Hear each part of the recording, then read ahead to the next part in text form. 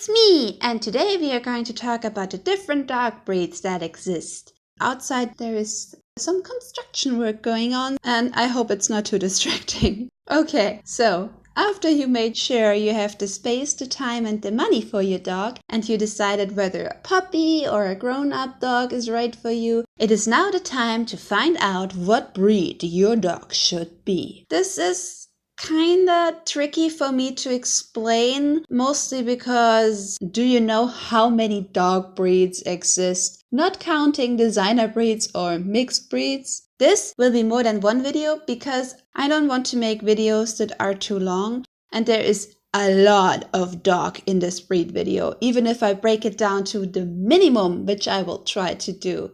I will be using the categories provided by the FCI, which stands for Federation Cynologic International, like that. I don't know how to pronounce that, so this is for what it stands. Look at the screen.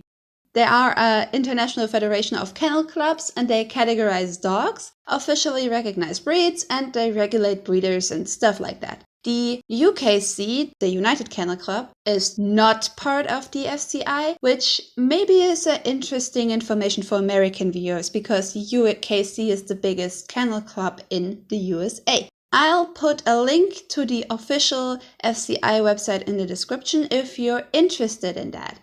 The FCI divides breeds into 10 groups based on various discriminators such as appearance or role of the dog, and these are sheepdogs and cattle dogs, except Swiss cattle dogs, Pinscher, Schnauzer, Molossoid breeds, Swiss Mountain and cattle dogs and other breeds, Terrier, Dachshund, Spitz and primitive types, Scenthounds and related breeds, Pointers and Setters, Retrievers, Flushing dogs, Water dogs, Companion and Toy dogs, and Sighthounds.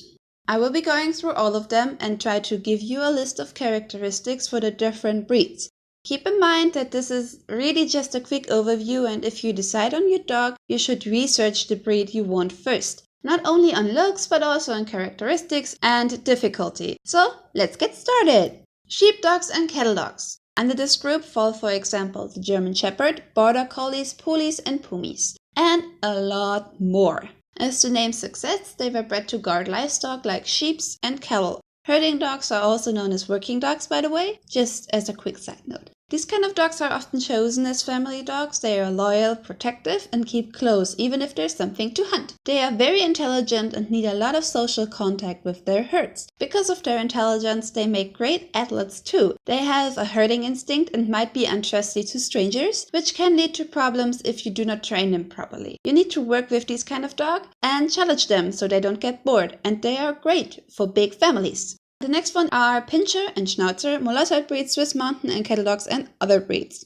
That's a wide-ranged group. The biggest Pinscher is the Dobermann, while the smallest is the Affenpinscher. Schnauzer are, Schnauzer, rough-haired dogs with a beard, and also they were known as the wire-haired Pinscher back in the day. There are the miniature, the standard, and the giant one, which all look the same, kind of.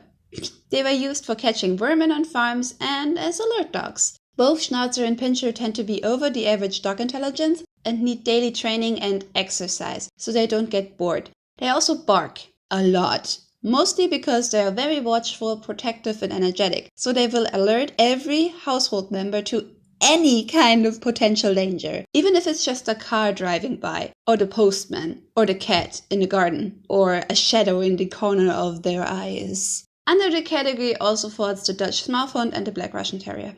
Under the Molossoid breeds fall, for example, the famous Beethoven dog known as St. Bernards, Rottweiler, Landseer, Bulldogs, and many more. Molossos were and still are used for a great variety of jobs, including mostly jobs where there is a certain requirement for strength and size. Because that's what they all have in common. They are big and strong. They can be used as search and rescue dogs, as you may know from the St. Bernards, who carried medical equipment and helped search for avalanche victims, but also as guard dogs. Herding and guarding livestock, where they would protect the livestock from large predators, and for example the Newfoundland breed has been used as guard dogs as well. They aren't just strong and heavy, but also protective. Very friendly, confident, independent, child-friendly, calm-tempered, and very good family dogs. They however need a strong hand to handle, and I wouldn't say that a Molosser of any kind is a beginner's breed. Side note, Bonnie was a Landseer, and she was exactly how I described.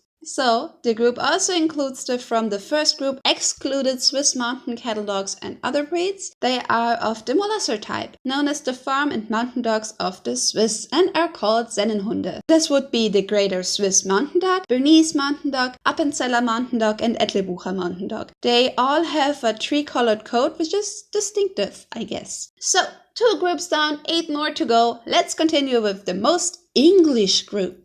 Terrier. This group includes, for example, the Scottish Terrier, the West Highland Terrier, the Fox Terrier, and Jack Russells, and, as always, many more. They originally were bred as hunting dogs, so they could drive foxes and badgers out of their holes, which means most of them have a strong hunting instinct. Nowadays, they're mostly kept as companion and family dogs, though. They are known to be very playful and friendly, affectionate and loyal, but also for their strong heads, stubbornness, and, well, their big character. Challenging, you could say. So let's go back to Germany and meet the Dachshund, who gets his own group because why not? I mean, look at them. Dachshund or Dackel are also known as the sausage dog or wiener dog, were like terrier bred as hunting dogs for scenting, flashing out and hunting badgers, which is in their name. Dachs is the German word for badger. There are different variants and looks for the breed though. They are very confident and independent dogs who tend to be non-aggressive but defensive if they have to be. The breed is passionate, friendly and persistent. Because they are very independent dogs, they also need to be raised strictly and with great attention. Let's now talk about the 5th and last group for this video. Spitz and primitive types. Spitz are also working dogs and they include, for example, Huskies, Chow Chows, Shiba Inu and Pomeranians. There are a few who just were bred to be companion and lap dogs, while others are still used for herding, sled pulling and hunting. The group separates itself, amongst other things, into European and Asian Spitz. Most Spitze are made for cold climate and therefore probably won't thrive in hot regions. Many of that breed keep a general aggression and suspiciousness towards unfamiliar humans and other dogs, as well as being a very independent breed, which makes them great guard dogs. They require a lot of training and socialization when they are still young and cute, and they also are, again, known to be smart. And especially the larger dogs of this breed need a lot of exercise. I know that especially Huskies are a very popular breed right now and have been for a few years, but Huskies actually are a hard breed to keep. Let's just say that. They need a lot of exercise, they need a lot of attention. And they can be relatively aggressive if you do not know what you do. Be careful with these kind of dogs. So, I don't have much else to say except again, if you want a dog, make sure you know as much as you can about the breed you choose. I will do the next 5 groups in part 2 of this video. See you then and me out!